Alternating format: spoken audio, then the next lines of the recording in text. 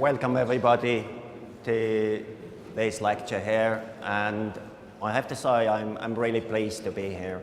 I've never been in such a nice setting, playing with light down this long corridor, and as said, I'm really pleased. So Florian asked me a few months ago if I would like to talk about resonant scanners and resonant scanning. The reason probably is we, in the Center of Microscopy, work since more than 10 years with resonant scanners. In fact, when I started the work in that Center of Microscopy, there have been already laser scanning microscopes with a resonant scanner at that time. So we have quite some experience using that. Otherwise, the center, as you see on this first slide, is doing quite a few things. So it's a relatively large center. It's more than 450 users a year using our services. And we do basically most types of microscopy, coming from, well, you see in the middle, well, it's not running now anymore, but the 3D electron microscopy image. So we do 3D electron microscopy, cryotomography. We do obviously all different types of light microscopy. As you see on the left, you see a Drosophila with these grain flashes. These are calcium signals in the trachea. Or we do light chip microscopy on the right, and that's an image you will see later on again. We do also light chip microscopy. But let's continue. We do imaging. Everyone in here is doing imaging, actually. So imaging is done with microscopes, and this, I would say, didn't change that much over the last 100 years. So we still use objectives.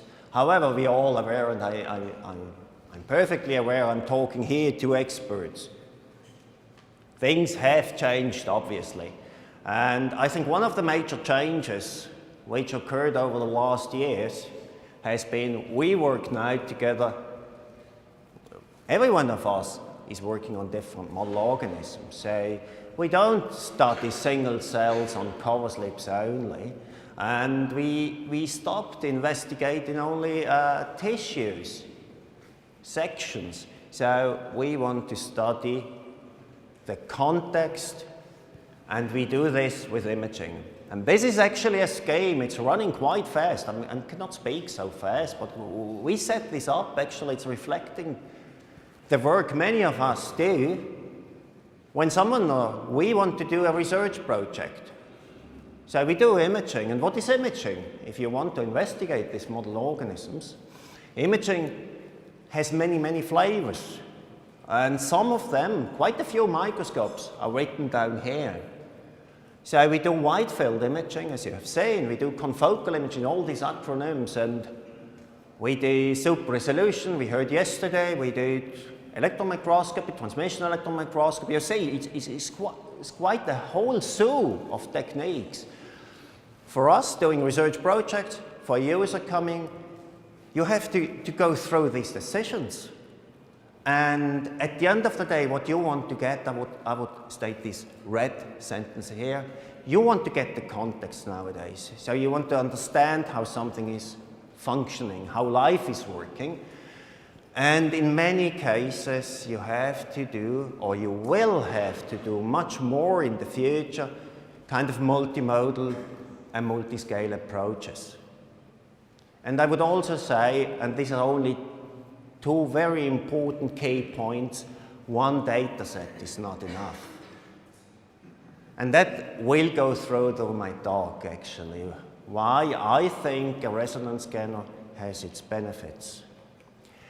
And at the end of the day, what I'm doing now today, in the next 30 minutes, we talk about confocal laser scanning microscopy and multiphoton microscopy using just either galvo mirrors or resonance scanner. In the whole zoo of decisions we were taking, we focus only on these two decisions here. For some of you, probably this is true, for some it's perfectly clear. What is a resonance scanner? We just realize when we talk about these names, many people do not know it, so I think it is worth clarifying these two things. On the left, we have an image of a resonance scanner. It's basically a mirror. On the right we have a Galvo scanner, it's also a mirror. So what is the difference? The difference is that with Galvo mirrors you accelerate these mirrors and decelerate these mirrors to stop and then reverse the scan direction. The same is happening actually with the resonance scanner too. The difference is really that with the Galvo scanner you use motors and this generates heat when you brake and accelerate. So there's a limit in speed, you can use a Galvo scanner, and that's where the resonance scanner is coming. Small mirrors, the motor works against the force which brakes, so it's like a tuning fork, they oscillate in resonant frequency. And this slide, I'm also perfectly aware. You all know how a scanning system works. Nevertheless, I made this drawing actually for an exhibition once, but I think it's worth thinking again when we talk about resonance scanners, what the scanning system is doing. We need an objective, we need a sample, and the sample can be large. We need an excitation source, in this case a laser, and the laser excites fluorescent molecules. Finally, we capture this light, we measure the intensity, we generate an image on a computer. This is all really pretty trivial so far. I still continuing in that way, so you start scanning. So as soon as you hit the fluorescent molecule, you generate the signal. That's quite an obvious thing for every one of us. And I don't show it because it's not obvious. I think we will need this concept to understand why and if we can use a resonance scanner. What you see here is a paramecium. Alberto also showed a paramecium. It's quite a nice test object because they are really fast. You see three images. On the right, you see, well, it's not exactly real time. I go back once. It's not exactly real time because this computer cannot play it real time, but it's almost real time. And you see the cilia moving, and on the left, the middle image, these images were done with a Galvo scanner. On the left, in a standard speed, approximately 1 image a second. In the middle, something like 5 to 6 images a second. And it's quite obvious you don't recognize the movement of the cilia. So this is the first message I want to take, and this is quite an obvious message. Resonance scanner is fast, so you can capture fast movements. But this has been absorption. We want to capture fluorescent light, right? So this is still not fluorescence. However, the image is made with the same detectors. It's a reflection, and you see again the same situation. Actually, the images have been captured simultaneously, the transmitted light image as well as this reflection light image. And let's go back once again. And you see on the right with the resonance scanner, you can follow the movement of whatever these organelles are which generate these reflections much faster. Also a thing which is quite obvious. The point I want to make here is that some events you have to capture in a really fast way. You almost cannot say that the right image is obviously, if you judge the quality of an image, a bit of a lower quality. It has a lower signal to noise ratio. So let's proceed, and I show you now this image again, which leads us to this only point. You excite something and emission is occurring. I think we normally, and I think this statement is really true. If we do microscopy, we very often do not think about this game. We have a probe, our light, we have a sample, the matter, and our light needs to interact with the matter. And then finally we detect it and we generate an image. And here again is a comparison. On the left, the movie is actually running. It's a brain slice acquired with a Galvo scanner, with one of these systems standing here in the room. And it's already, you see, I think one can also recognize it from the fact that the quality of this image is excellent. It's a fixed sample, so there is no point in talking about speed, but I think we recognize that speed can be of an advantage capturing live events. And the image on the right, actually, you see it now moving, it's flickering a bit, it's of lower quality. And that's actually what happens to users of such systems if they use a resonance scanner the first time. You see that the quality of your image is degraded terribly. You almost do not recognize something. So then the question comes, is this a good system?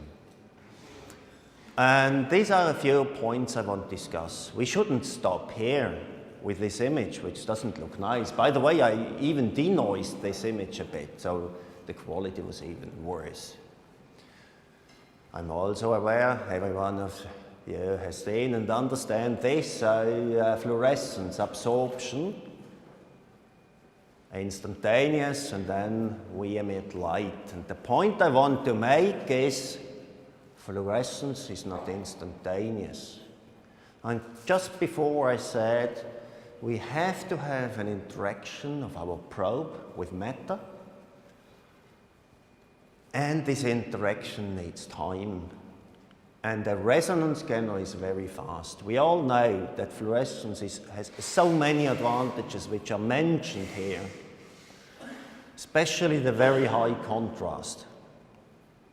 However, fluorescence is not instantaneous, and fluorescence signals are weak, and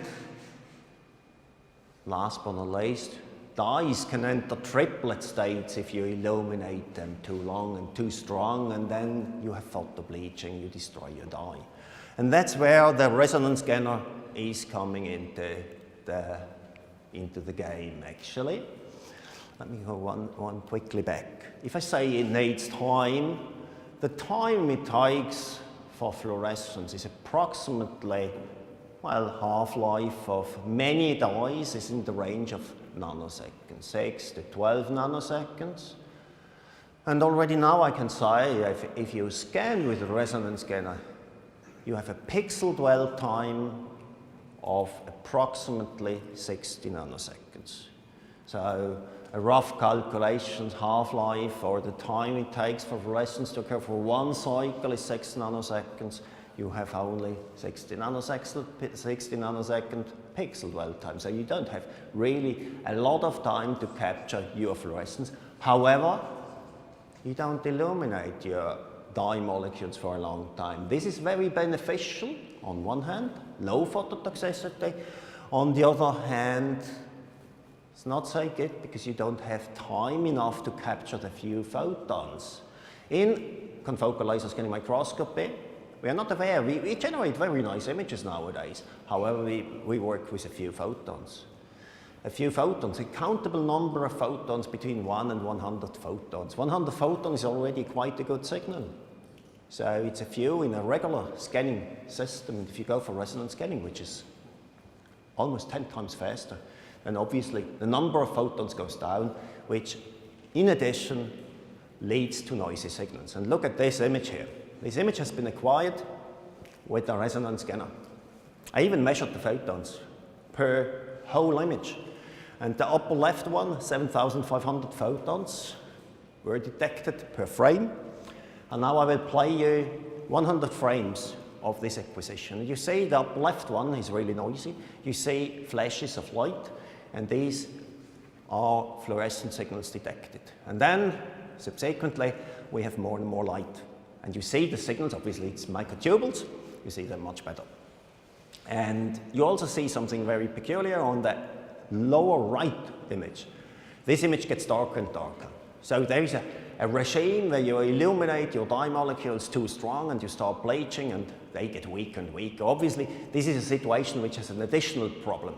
You generate so much light and you also see that the resolution goes down. You generate so much light that the detector is getting saturated. Saturated not in a way that you get a white image on your screen. Saturated means it cannot detect more photons, it's overloaded.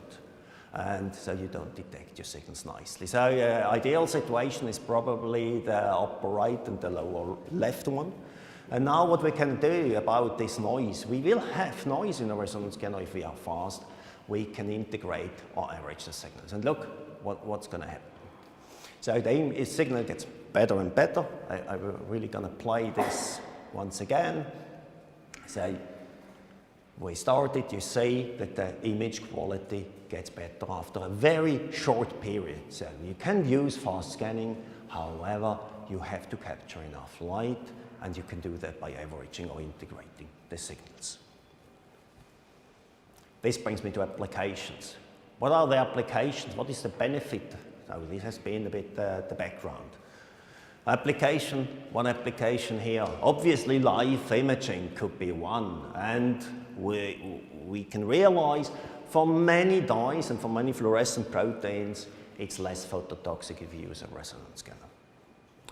And the example here is mitochondria in cultured cells. They are loaded with TMRE, and you see the movement. On the left, you see the control. On the right, you see treated cells with the drug, and you see the changes in the mitochondria. They start also flashing, they change their morphology.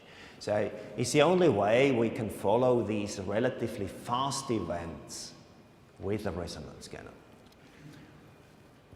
I'm aware you can also use spinning disk microscopes. A resonance scanner, I would say, at that time has some advantage over a spinning disk if you have multiple channels. However, if you have only one channel, we realized also over the last 10 years, very often a spinning disk has some advantages in that case. However, an advantage comes here of a resonance scanner, where a spinning disk is less ideal. Situation here is similar to what we heard yesterday. Multiphoton microscopy, not in the brain, it's in a living animal, in a living mouse, in the kidney. So the kidney is externalized, and you do immobilized as good as possible. There's still almost no movement here. And the situation you want to investigate is the filtration in disease models. So we have cystic kidneys, we have other diseases, and one of the problems is that these kidneys do not transport solutes anymore, and this is the investigation. And 4 moieties are injected, dextrane, lyser tracker, and for quite obvious reason, I will not reveal, so let's call, we have a tracer 1 and a tracer 2, and you want to follow how the uptake of these solutes happen. And you see here the frame rate is approximately 3 frames a second because it's not a resonance scanner. It's a regular galvo scanner. It's not a commercial system, so we can drive this galvo scanner with the risk we take a bit faster than commercial system can do. Nevertheless, you see movement. Well, the flickering on the right in the green, that's red blood cells which flow through, so we cannot even recognize the red blood cells. But you see movements inside the cell, vesicles. You have different vesicles. The tracers go to different compartments, and this is not enough. You don't want to look at nice images. You want to quantify these images. Now, throughout my talk, I said it's fast. That would be beneficial for a resonance scanner. It's a bit noisier. Nevertheless, an image is not enough. So this is not a situation. Only one channel. This is the BSA, which was used to load the cells, and the vesicles are moving. What you can do, if you have the right data, remember the red square I made with the statements, you want to get the context, you get more information. One data set is not enough, and that's the classification we do. We want to learn something, we want to build models out of such images, and that's one of the schemes we employ. So first of all, denoising image optimization, that's what we also heard yesterday. A denoising algorithm was used to follow the mitochondria in the axon. We do a similar thing here. Deconvolution, filtering, image classification, I will show you an image, and then finally you can do particle tracking. You cannot do particle tracking on such noise imaging. And this is an example. You can use the program, an open source program, Elastic, and you do a segmentation. Basically, this is a probability map where a signal is. The higher the color, or the brighter the color here, the higher the probability that the signal is there. From these probability maps, you can generate particle tracking and tracks, and from these tracks, just an illustration here, you can get all the numbers you need. Whatever you imagine, you can calculate and take home messages. We think a resonance scanner is really nicely suited. It's a point scanner, it's nicely suited. You can use it in multiphoton microscopy, you can use it in confocal. And point scanners are excellent for imaging inside tissue. And you can get data. And over the years, and in preparation for such a talk, I asked quite a few users what they are doing with the resonance scanner. And I will show you now very few examples here. Some are extremely beautiful, like this one. What is it? It's bone marrow in the diaphysis. 4 color stainings. We have mesenchymal fibroblastic cells. In red, we have the vasculature. In white, an extracellular matrix staining, cyan, TAPI. One of the problems here, hematopoietic stem and progenitor cells during aging decline, leading to disease. And these are quite rare events. If you want to study these events and you want to study these progenitor cells, it's basically you have to image large areas and large volumes. And we all know using a slow scanner takes forever. And this can be done very efficiently with a point scanner, perfectly suited for tissue and perfectly suited for speed. Similar situation, actually, the image would look similar.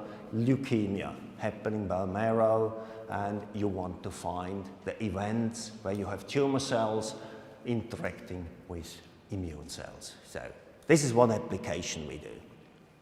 Large area scanning in tissue. And this is done really a lot. And I will make at the end a few comments to it.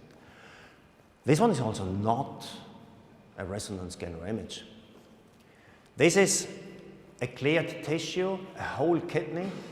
It's transparent and it's really a whole kidney. Has been imaged with a light sheet, a custom-built light sheet microscope, which is dedicated to imaging whole organs. A whole mouse brain can be imaged in 15 minutes with a quite good resolution. This image has a resolution of approximately, well, a pixel size of 5.2 by 5.2 by 10 microns, can be slightly better. I'm aware this is not record-breaking in resolution, however, it's fast, it's a good resolution. You can even segment, as you see here. We take this a step further. We take selected areas, selected volumes, if we identify regions which need images with a high resolution for analysis. And this image is now done from the same kidney which has been imaged, and only the GFP has been shown. We do that with scanning microscopy using a resonance scanner.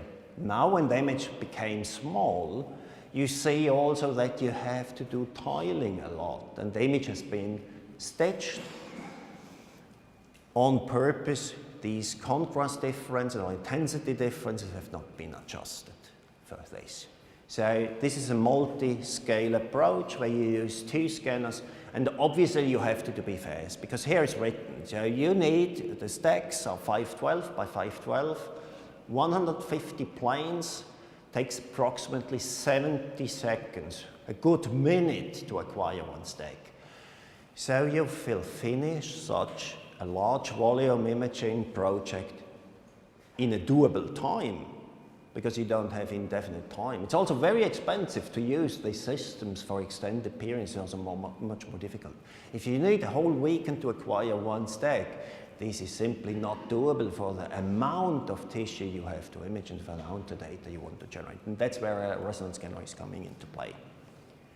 One of the last images, or the last image here, done with one of the systems down here, the corridor. You see the software interface. It's very small and perfectly aware. I want to make one point. If you want to apply these strategies, you need good software allowing you to set up such tiling experiments in an easy way. The system has to run stably. This experiment has been done while I was setting the first day at the system. It's doable, it's easy to do with, I have to say, well, it's not only Olympus able to do this, so the microscopes need to be able to do this. 10 by 10 tiles, which already makes 100 tiles, doing with a resonance scanner, and that's what you get out. This is the raw data, a maximum intensity projection of one tile, and now you see the 3D going down, mitochondria, actin cytoskeleton, and now you see the image became moister. It was deconvolved. It's 4 channels. You see the DNA and the red one, microtubules, and now the movie is zooming out, and you can see this has been one of the tiles, and the image has been composed of 100 tiles, and you say you get a wealth of information allowing you to do downstream analysis of these images. One doesn't need to stop here, obviously, so you can acquire larger images. This is a tile. You may say, well, these are some disadvantages. I fully agree. You have to tile. It's not as easy to do quantitative analysis if you are interested in the intensity. But this is a completely different story. It's also not simple to do that on a single image, because the artifacts you already again see, the edge of each tile is a bit dimmer. Though quantification is not that easy. However, you get large volumes of data. Another application would be, you take an overview and you acquire multiple stacks. I would say it's never enough to acquire 2 high-resolution stacks. You need more to get the full picture. And that's one way to do that in a decent amount of time. So let me conclude here. I would say, at the end of 10 years using resonance scanner, I would start, it's very optimal for large volume and large area imaging. I have also to say it's optimal for medium to bright and stable samples. What you can do, you can increase your laser power. I said it's less phototoxic. So this is one strategy to do. However, you need stable samples. It's optimal for fast live cell imaging.